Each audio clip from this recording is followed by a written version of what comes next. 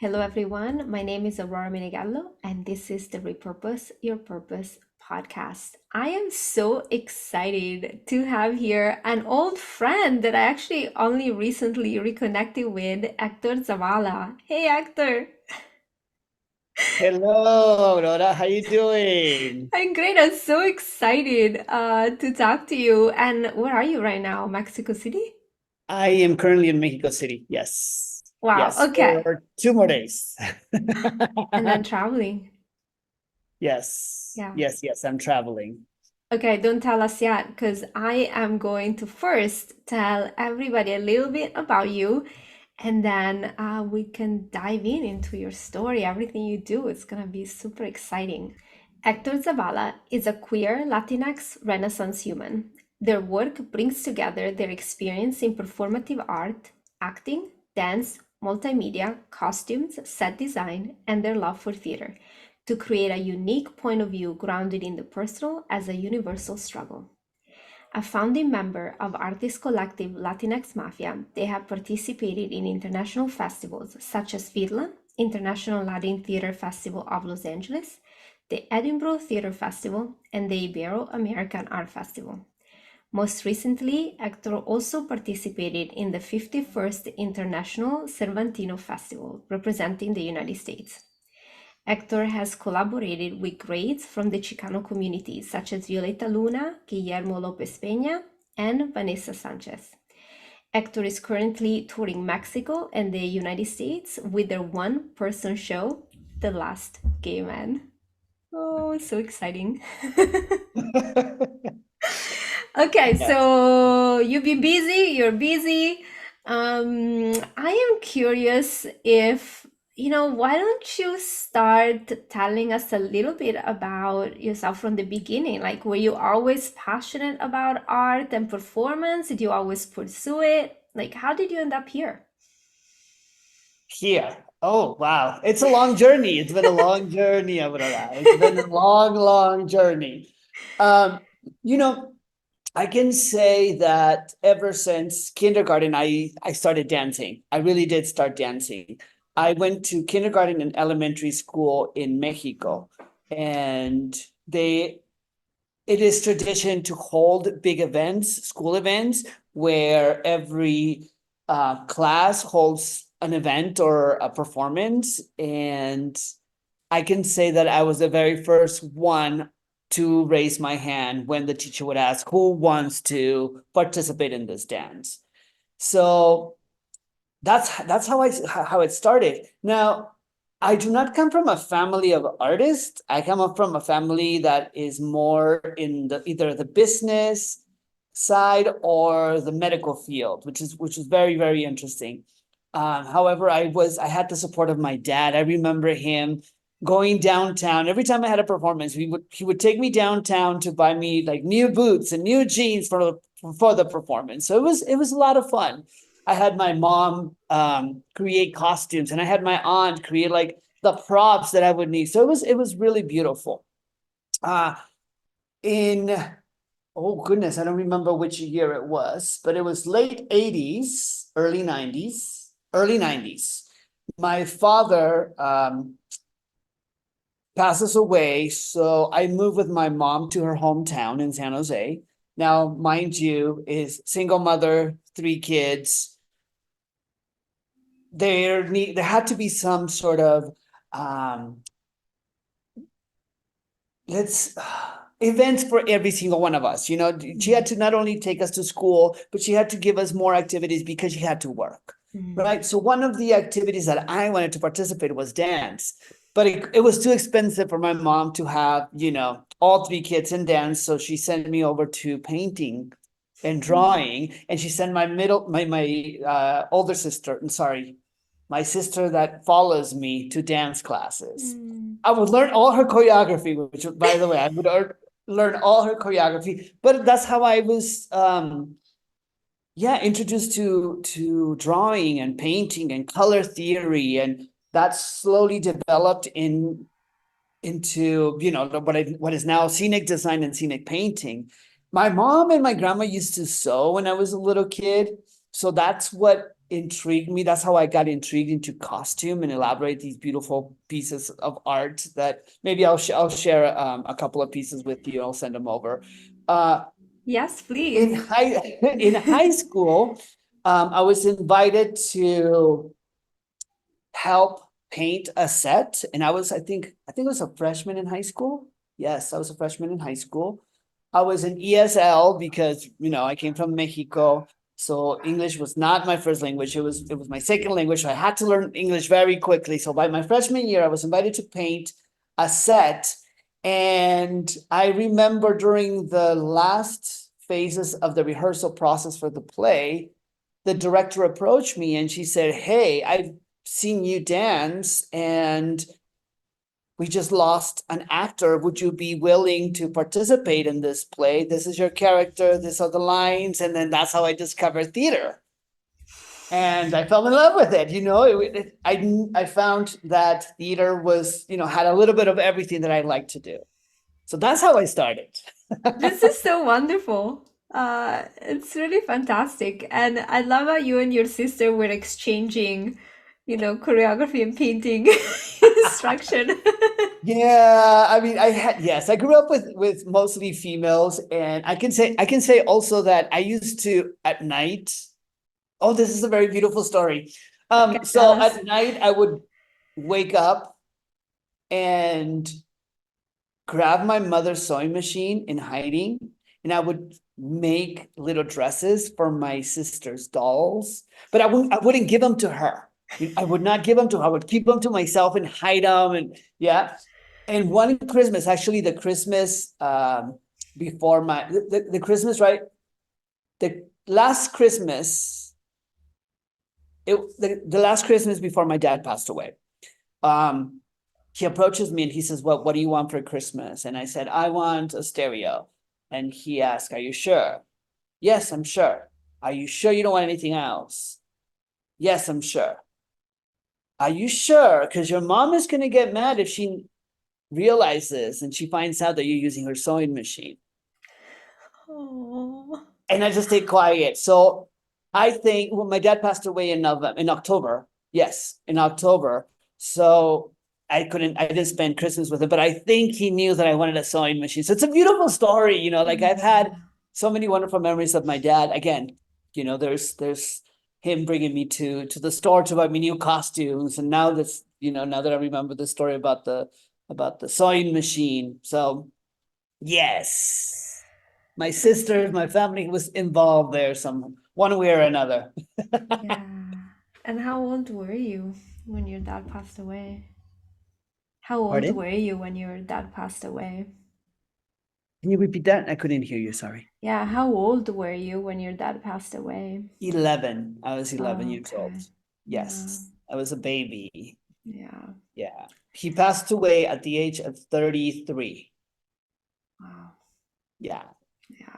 So 33 for me was a big year too. When I turned 33, I was like, what's happening? Yeah. Well, I'm glad you're here. Thank you. Um, okay, so wow. Let me ask you about this sort of like traveling that you mentioned, like you work across disciplines, but also across continents, right? So can you tell us a little bit about the things you do, but also like how do you make it work across different places? I'm super curious. Okay. So a little bit about what I do. Currently, I am production tour manager for La Mezcla. So I am managing, which is a dance company based out of San Francisco. It all started with the Cervantino Festival. So um, I've always been fortunate to work with amazing and collaborated with amazing artists. So this is beautiful. This is wonderful for me.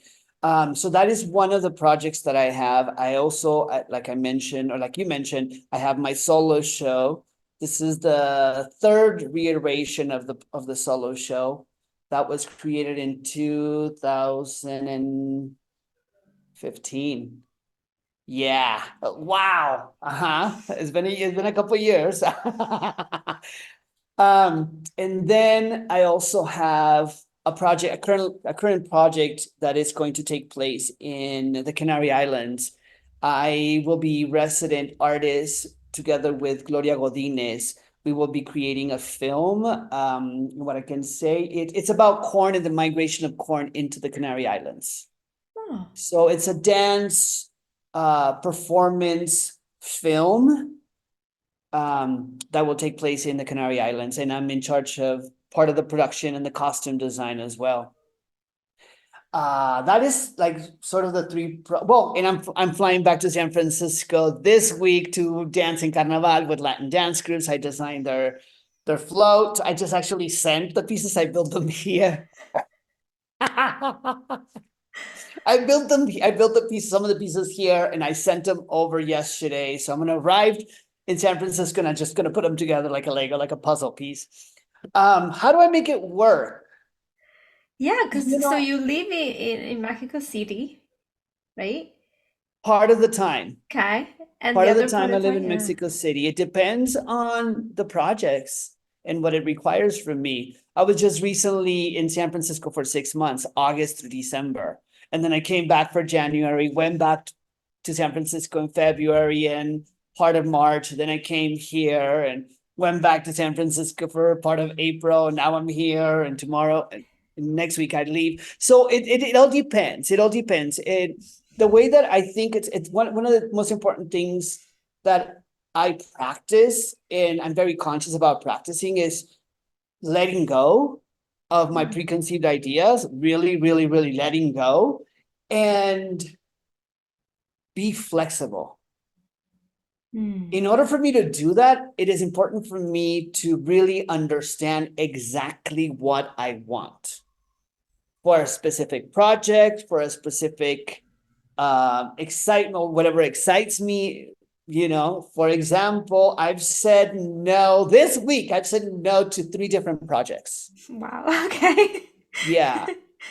And it is something that I'm learning. And again, like I said, it's very conscious. I'm practicing it consciously because I used to say yes to everything. And that's when I would get in trouble, because then I Mm. would spread myself too thin and I wouldn't sleep and I wouldn't rest and I wouldn't enjoy it. Mm. And I would be rushing, and I don't like that anymore. Yeah, so Yeah. it's a lot of work. It's a lot of work, like to talk to myself and say, Hector, this is what you want. This is the story. This is that you want us to tell. This is what you believe in. Um, and it's okay to say no. Yes. So when you say letting go, do you mean say no? Do you mean like letting go also of how things will show up or will unfold? Letting go of how things will show up. Uh, yes and no. Mm. Yes, because my work speaks for itself Mm. and things will come. Mm. And when I have space, more things are going to be showing up, Mm. especially if I'm consciously working on, creating space and really learning to say no. More things show up. It's almost like the universe saying, oh, really? You really want to learn to say no, huh? Oh, you really? Yeah. So a lot of things show up. And also letting go of once I've decided on a project and I've said yes to a project, I have a vision, yes, and I allow my vision to affect me Mm. and then create it. So it's almost like a communication. It's a communication between what I see, what I want to create, the objective, and me, in my hands and my body and my emotions. So it's a communication process, and I allow to let go of trying to control. That is where I want to go. Yes, Yeah, it sounds because like there is a direction, but it's not a controlling feeling about it. It's more, yes. yeah, it's more bringing it forth, or like you're saying, communicating. Yeah, love it. It's beautiful. So, Yes. what are some of the rewards and challenges of all these travels? Because I feel like, well, first of all, you juggle multiple projects. So that by itself sounds great, but I also feel like you said, you had to learn to really be disciplined about what you say yes to and what you say no to. But on top of that, you juggle traveling and Hmm. traveling across different places, right? And quite far sometimes. So, what are some of the rewards and some of the challenges of doing all this? The rewards are experiencing different people. Honestly, I think it has been okay. Yes, yes, yes. I want to add also that I am an introvert and I do not I get very exhausted with a lot of people. That's one thing that I want to say. That said, I do, one of the rewards is learning to be with myself when I'm seeing all these people. Yes, when I'm meeting more people, when I encounter the security guard at the airport, when I encounter the ticket person, when I encounter the airport. When I encounter the neighbor sitting next to me in the airplane. Yeah. So it's very rewarding to recognize where I am in the world and where I am in my head, and to also Mm, understand and practice those boundaries mm, that I need in order to be well. mm. So those are some of the rewards, personal rewards. Yeah. The challenges is I like to write everything. I like to write everything down. I Okay. have a calendar, like a physical calendar, and I have a whole process. Honestly, I have a whole bunch of Excel sheets. That's a lie. I don't have a whole bunch of Excel sheets. I have one Excel sheet per project. So I Okay. have 3 Excel sheets for work, and then I have two more for my personal life. And then I allow myself to really set those limitations of like, I'm only working 40 hours a week. Yes, it's pleasure. Yes, it's art. Yes, I enjoy it very much. But my body needs rest in order to be able and to be willing to create. Mm. I don't want to pull, pardon my French. Before I said it, I stopped myself. I don't want to just pull something out of my pocket.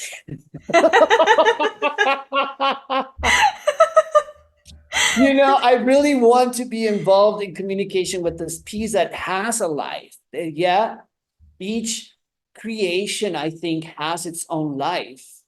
I'm just a medium to bring it to this world. So I'm going to allow it to speak to me. And yeah, so in order to do that, I need the space and the clarity and the rest. Yeah. Yeah, I think I'm getting this image of how free and creative, your art is, and also how much discipline and attention and presence and I don't know, I want to say even will comes with that, you know. Yeah. And we're not taught that. I was just thinking that, you know what, it's so funny. I was just thinking the same thing. I was thinking when we think of the arts, we always think of like, yeah, we do everything, this and that, right? But we don't Mm. think of like actually working artists, professional artists that have a ton of discipline. It's work. It is a lot of work. It is a lot of work.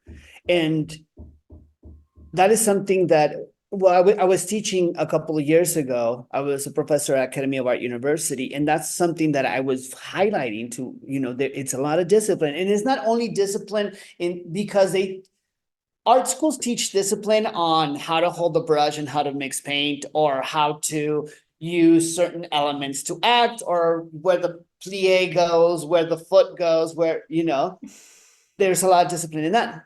But I think sometimes we forget personal discipline. Yeah. Eat, Say more. Yeah. water, listen to ourselves, and really pay attention and really be with ourselves. That's part of the discipline. And it is for every work, I think, not only for artists. Whatever we are doing, whatever people are doing, whatever passion they want to follow, be it in art, be it in the finance world, be it in whatever world, there needs to be a personal discipline as well. Otherwise, I think Yeah. we cut ourselves, short. Yeah, I just think people expect it in other fields. whether in the arts, like, but also it's interesting because I think that's the other thing, that when you work for yourself as an artist, you almost always work for yourself. Then there's an added layer of discipline, Yes, right? yes, That yes, if you yes. work as an employee, you don't have. I mean, you do have to have discipline, but I mean, you have a boss, so there's somebody that's gonna right remind you.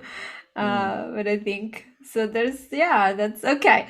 Um, how do you? So you talked a little bit about how you say no to projects, right? But how do you choose your projects, or is there something that helps you have your own creative ideas? Like, how do these projects come to you, or how do you create them? I'm curious. Yes. So, in regards to the projects that I create, it is about, they all are themes that I want to hear about and talk about and tell people about, shine a light on issues, personal issues that are universal.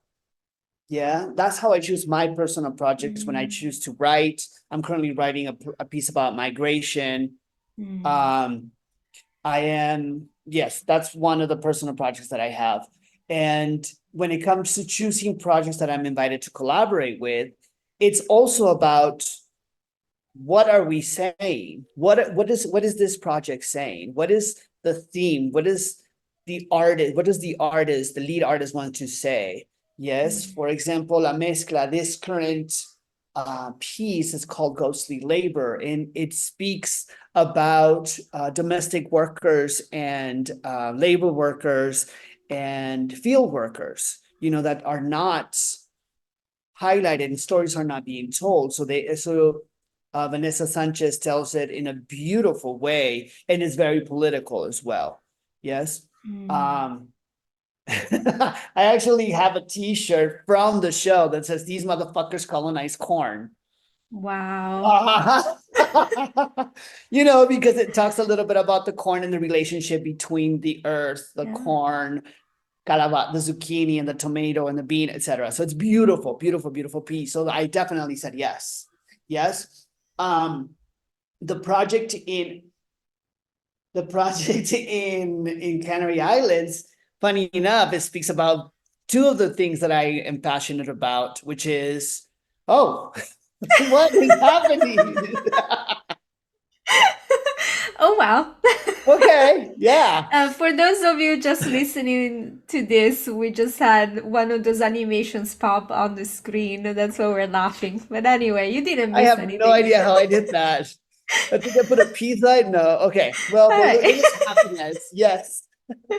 So the project in the Canary Islands is about the migration of corn. So it touches on both of the themes, and reading the artist's statement, I really was moved. Yes, how corn was taken from here from Mexico and delivered into the Canary Islands, and how that the corn developed there in the Canary Mm, Islands. Yeah. So it's really beautiful. Talk about colonization and talk about migration. So it is beautiful. It is very, very beautiful. I have the opportunity to work with corn, corn husks. So I created a beautiful skirt out of corn husks. Yeah, and I'm thinking of playing around a little bit more with corn, and yeah. So that's how I choose my pieces. It has to speak to me, and it has to and it has to be involved. It's very personal. It's a personal decision. What mm, do I want to talk about, and what do I want to say? mm. Yes. What am I saying right now in my life? Do you enjoy every discipline you're involved with, or is there one that you enjoy the most? Oh, it's hard to say. It's very challenging because, okay, so the way that I see it and the way that I am I'm very aware of this. I work, I work in production, in costume design, and in set design. Mhm. Okay. So I work in production design. And for me, for my personal artist exploration is acting and dancing. So if I were to, I mean, I'm very happy that I get paid for everything that I do. I'm very fortunate. But if I were to I could act and dance even if I wasn't being paid. Mm. I do wonder though if like all of this, but I mean, I don't wonder. It sounds like also that they all feed, your passion a different way, so that you probably like there's something there that's feeding your soul from doing things, right? That it's like, it's great. Um, well, I'm sort of curious about, well, so many things actually that you're saying right now. Like, what other themes? That's what's coming to me right now. What other themes? What are the What other themes? Okay, themes? Yeah, so what the other solution. themes do you think? Let me actually elaborate. Like, I'm curious about what other themes like recur in your art, or are or are particularly present for you right now. Yes. So it's very something that has been a recurrent theme these last 2 years. It is migration, displacement, Mm, and I think those are two big ones. mm, Yeah, migration and displacement. I was invited to do the set design for what is the name of that play? Something about home house. Oh goodness, I can't believe I can't remember. I'll remember in a bit. I'm not It's very good with okay, names, it's but I okay, no remember. worries. Those things happen to me all the time. Yeah, so it's a story about two sisters who live in an up and coming neighborhood close to LA, and a TV show comes in to remodel the house and sell it. Pretty much like Mm, list it or sell it. And I was fortunate enough to be invited to do the scenic design for this piece. And mm, I'm very passionate about, especially in this case, being two Latinx sisters that talk about their story and they're connected to their home. And here comes, the yeah. people who are different and want to consider a different way of doing things, and they remodel the house and they find horrible, quote unquote, horrible things in the walls, but it's really their memories. It's like the ghosts Mm. of the house trying to say, hey, no, this is your home, this is our house. Yeah, the history stays here. Dream House is the name of the play. Dream house. Dream House. Yeah, it also sounds a little bit of that, everything, looking at everything through the lens of money or utility versus the heart and belonging. And Yeah. So one thing I gotta say, Aurora, about this is that we do live in a physical world. mhm, So I think it's very important for each of us as individuals to understand that that's where we are living. mhm, And we can balance it with our spiritual world, always keeping in mind that we live in a physical world. mm, And that's what moves things forward, the mm, physical world. mm. So if I were to show up for an interview with my painted t-shirt, it wouldn't be the same as, a nice shirt and my hair done. I Thinking, have a t-shirt.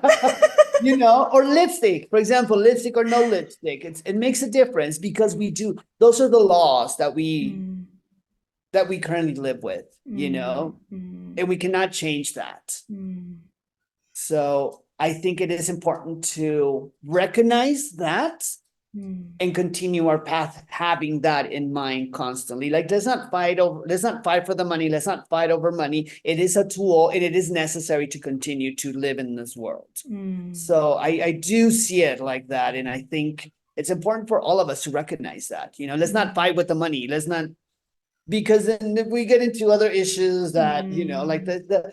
I everyone has their own journey. I struggle with the idea of the starving artist. And I think I mentioned this to you way back when we met, when we were on Muni in San Francisco. I think I mentioned this to you that I don't believe in the struggling artists. I vaguely remember, but say more because I love any conversation about not believing in the struggling artist. Go for it. Yeah, I just think it's an idea that has been planted on us, because we live in this physical world, in this material world. We live in this material world, and our training is to continue living in the material world. We Mm, as artists have a special gift that we mm, can see things differently. mm, In this material world, that is not convenient to see things mm, differently and to showcase that differences, to showcase what is being done. It's because I can't say wrong, because other people would, it's not wrong. It's just there are other ways to do things more mm, peacefully and taking care of others. mm, mm, Um, so we're trained to constantly, no, don't look that way. Follow the rules, follow the rules. This is A, B, C, and D. And this is the mm. way that you need to do things. So that's where I think the struggling artist comes from. I believe there's a disconnect. I can't be an artist if I want to speak against this machine and at the same Mm. time being profiting, because then I am being part of the machine, etc. But we are a big part of the machine. We all are anyway. I see what you're saying now. Yeah, I think a lot of these like struggling artists, I think part of it comes from this misunderstanding of what art is, like we were saying, instead of thinking, no, but there is discipline and work and so forth. So, like, you have to also have a system and the working part to make money, right? Like, but I also think there's also this weird disconnect where we consume so much art. If you sort of, now without saying what's fine art or what's, entertainment, but really like things that creative people create, right? I mean, we all consume so much of that, and we sort of made up that it should be available for free, or people should not be compensated in a certain way, right? And we haven't made it up the same way in other with other disciplines or technology. So I think I don't know, to me a lot of this stuff is really made up. And Mm, when we look at it, we don't have to necessarily buy into some of these teachings. correct. Yeah, Correct. I completely agree. We don't need to buy in. No, yeah, we can create our own rules. yeah. Yes. Yes. It's important. And I can say, Aurora, that my experience is really my personal experience. I want to be very clear. My personal experience is that I did not need school. Mm. I did not need an official school to get a certificate. And I'm very grateful to my first theater teacher back in Mexicali. I started, again, like I mentioned, I started theater in high school, but then I moved back to Mexicali, to where I was born, and I took some classes in Mexico. And I remember Manuela Acuña Mach, she said to me, Hector, you have what it takes. And she told me in Spanish. I'm just translating, Thank you, I a couple appreciate more words, it. a couple less words, but you have what it takes. School is not needed. You have to do it. If people who have done it now created schools to get some money, that's on them. But Mm. you don't need school. You need practice. So I took that to heart and I just went for it. Now, I was what, 17, 16 at the time. So I was doing whatever I could. And I think that's where I started doing, like, oh, yes, yes, say yes to everything, that dynamic of learning, learning, learning, learning. So yes, but that is only my personal experience. That's so interesting because you know what? I didn't remember this about you. And I really love to learn, but I also found that, I mean, it's a long story, but I really found that there's something fantastic about learning when you can direct your learning and doesn't come in a traditional school setting. Right. And so this idea, like you have to practice, right? You have to play the game. You're not going to learn things because you have the theory or because the teacher says, okay, good job. There's like a really different engaging with life and with whatever you're doing that comes from learning that way. Yeah, that's really interesting. But I agree, it's not for everybody. It's particularly challenging in all sorts of ways. Yes, it is not for everyone. I can say that I tripped so many times and fell on my face so many times. And I thought I wasn't going to get up. Really. I thought I was not Wow. going to get up. But it's just then you get tired of just laying down on the mud. So you have to get up. There's no other way. Um, wow. Okay, let me ask you this because this is another thing I think a lot about community. Oh, How to have community across different places, what community is like in the arts, in theater, that it's maybe its own special kind of community. I don't know, like community, tell me everything. What are you thinking about it? everything. I don't know if I can tell you everything because it's a lot of things. It's beautiful that you asked me this question because I recently and pardon my disorganization of thoughts, but I can tell you that right now community is being highlighted in different ways. There are people who I haven't seen in so long and started to reach out, really. It was just like a chain of events that a lot of people started reaching out, and I'm reconnecting with people that I hadn't seen in years, and it's beautiful to know that these people, even after not seeing each other for so long, there's still community. We created something that we created a bond. And then there is the art community. Like I'm involved in Carnaval, and I've been involved in Carnaval for 14 years with the same group. So I've seen dancers that now have kids that are dancing in the same contingent. So it's beautiful. So it's like a big, big family. And I am also part of the theater community in San Francisco, in the Bay Area, where I am going in the direction of like an adult in theater. Like I'm 45 years old. So there are these, I can't say kids because they're adults. They're like 20 in the 25, 30, 35, but they're still like much younger than me. And they reach out to me and ask me questions and ask me for suggestions and ask me for my opinion. So it's a different meaning of community. It's like this is where I give back to people who are coming, right behind me. So there's also something very interesting that or I find fascinating that I learned through dance, which is, or in specifically Latin dance, which is you cannot only take, you have to give.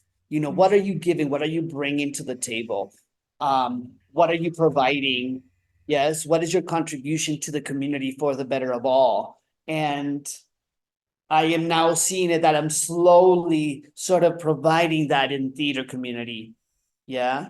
And yeah, that's sort of like where I am in regards to community. It's really beautiful, like these bonds that you create, and you're being placed in a certain part of the community. And depending on where you are in those communities is what you are asked to provide.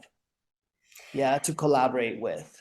There's three things that you're highlighting that I think I want to tease out if it's okay with you. One Yes. is the giving back. I think we really underestimate how it's a human being desire that as you I want to say as you learn things, achieve things, grow, unless you grow into a bitter, person who's always upset at something, that we really have this natural desire to then give back and help. Yes, I definitely. don't remember being taught that either. That's another thing. I think a lot of the conversation is like how you get to do things, how you achieve all that, but I feel like, but actually then there's a very natural wanting to then do that.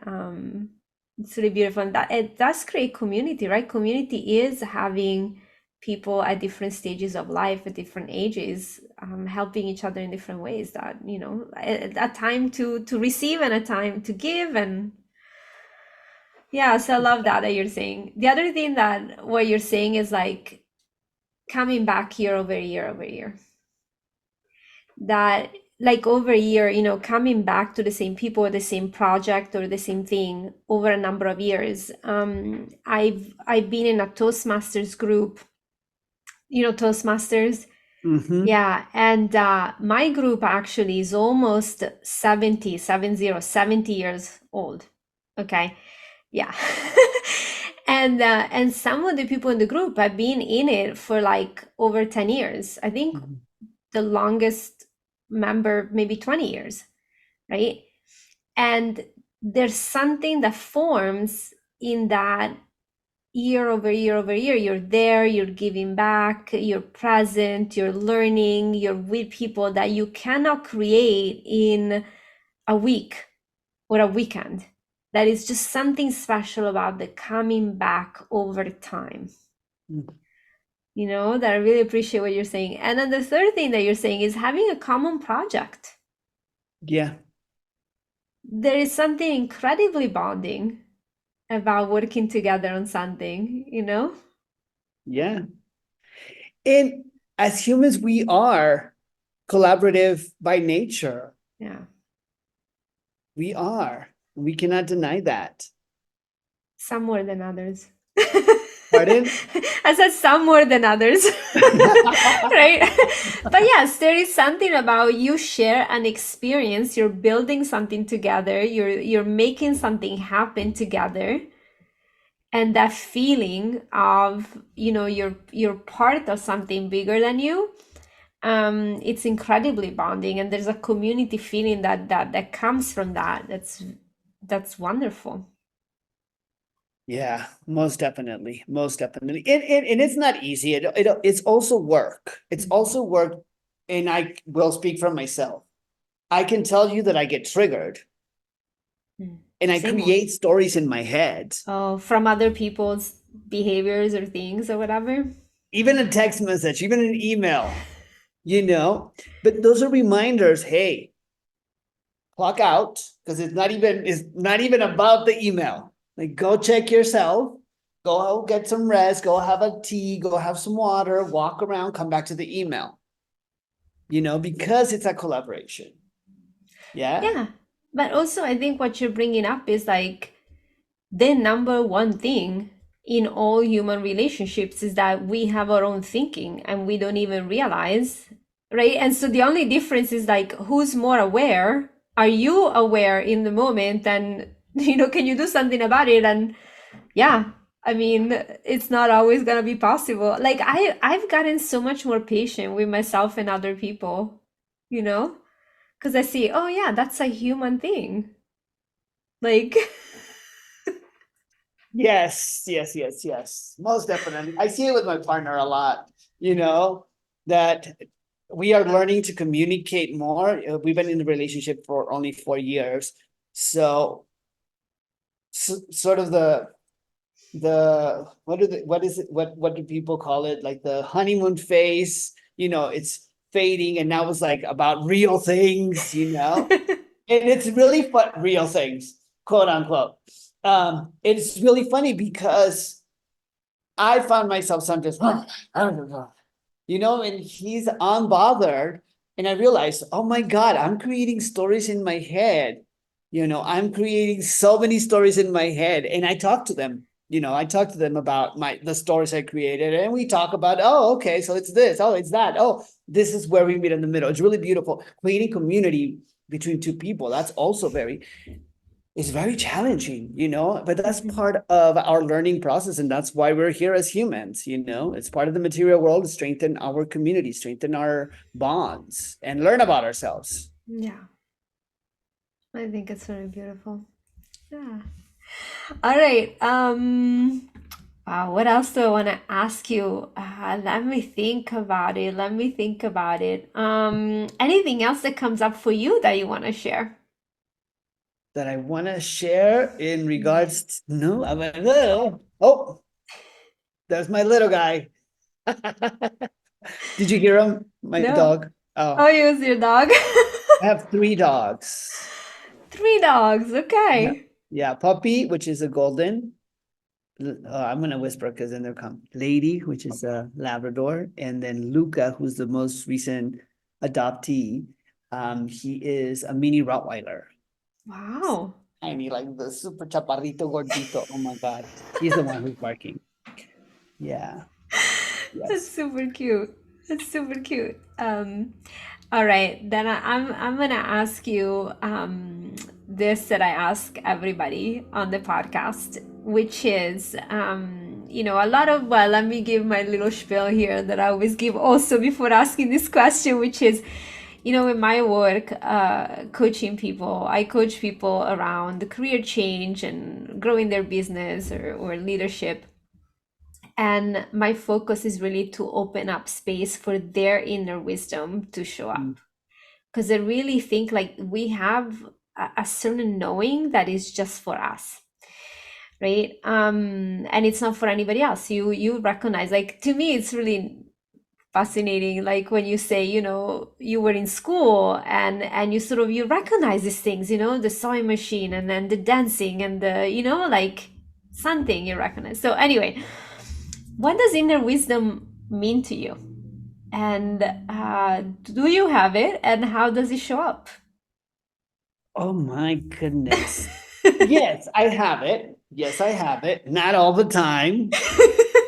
Yeah, not all the time. I have not acquired the technique to just turn it on and turn it off or keep it on. I don't think everybody. I think actually it's there all the time, but we lose track of it. We're distracted by those thoughts about the text messages. Yes, exactly. Text messages, emails, all the time. Yes, yes, yes, yes. Yes, correct. Do I have it? Yes. How does it show up for me? It is it's it's funny because it is almost the way that I can explain it, it's like a spark. Hmm. It is like a spark. It's Hmm. it's like a knock on my head, like that, like really like this light switch turns on. Yeah. And sometimes it gets turned off. Or, well, it seems like it turns on and off. Hmm. And I've recognized that it turned, quote unquote, turns off when I get too emotional or too angry about it. And what I call it stays on when I allow it to speak to me, like to really let me know and open up for the possibilities. Example, big example. Um, because I spend a lot of time in Mexico City, there is several parts of the city that have been gentrified. Yeah. And I'm using this word a little bit loosely. Yeah. Specifically, I've noticed that in certain parts of the city, some restaurants do not serve hot sauce because they were losing money when foreigners would come in and they would taste the sauce or they would put the sauce in their taco and return the taco because the sauce was too spicy. Wow. Okay. So that at the very beginning, things like that boiled and where do you been? You know, and in other times, I've allowed it to speak to me, and I recognize that some of this is lack of knowledge. It's ignorance. And I am not one to that is going to come in and try to teach everybody, but there are some things that I can potentially, shine a light on. Like for example, there are cultural or historical things that you might want to research before you go into a new place. For example, Yes. And that's sort of elements that I'm bringing into my art, into like my solo piece, the new one that I'm writing, which I think is not going to be a solo piece because I might collaborate with a couple of people in San Francisco. Yeah. So that's how wisdom shows up. It is there. You're right. It is there. And sometimes I allow emotions and personal thoughts to sort of You know, blur you or know get in the what you way. said. No, what you said is like so like if we all got that, it would change the world, you Yes. know? Because I feel like what you just said, it really touches me because I feel like I also, started to see that, wow, we can have more understanding and compassion and actually still be very effective in changing things, Hmm. right? Like you still see the problem with the hot sauce and insensitivity and ignorance and all that, but now that you're not taken into all that, like you're like, okay, I can actually do something about it, right? Like Yeah. it's a profound, like I think what you just shared is very profound, you know. There you see it turned on and now it's off. No. I talked too much. I No, no. interfered with No, you the didn't. No, I turned it off because I started creating. I'm like, oh my God, this could be a clown piece. Give me a taco. Like, go. Give me a taco. Put some salsa. No, otro. Give me another one. Salsa. Take it back. Give me another one. But I never learned not to put fucking salsa on it. That's great. That's great. You become famous, even more famous with that, and then I'll be like, he was on my podcast when he It, had it this was idea. created in my podcast. Right? All right. Okay, Hector, this was so cool. Thank you so much. I feel like this is a wonderful place to start, wrapping thing up. And again, if there's anything that you want to add, definitely tell us how to find you if people want to see your work or, stay in touch. How to find me? My website is Hector Zavala, Hector Zavala, HectorZavala, Hector Zavala, HectorZavala.com. Yeah, Okay. HectorZavala. I will put everything everywhere the podcast is, will have your website so people can find you. Oh, thank you. Yeah. Thank you. Thank you. This was a lot of fun, Aurora. This is a lot of fun. Thank you so much. I really enjoyed our conversation and reconnecting and everything, and I can't wait to see you at a show here in LA. So, Okay, I'll see what I can do. Let me make some phone calls. right? Okay. For everybody listening or watching this, my name is Aurora Menegallo. You can find everything about my work to do work you love at repurposeyourpurpose.com. Thank you, everyone, and thank you, Hector. Thank you. Ciao. Ciao.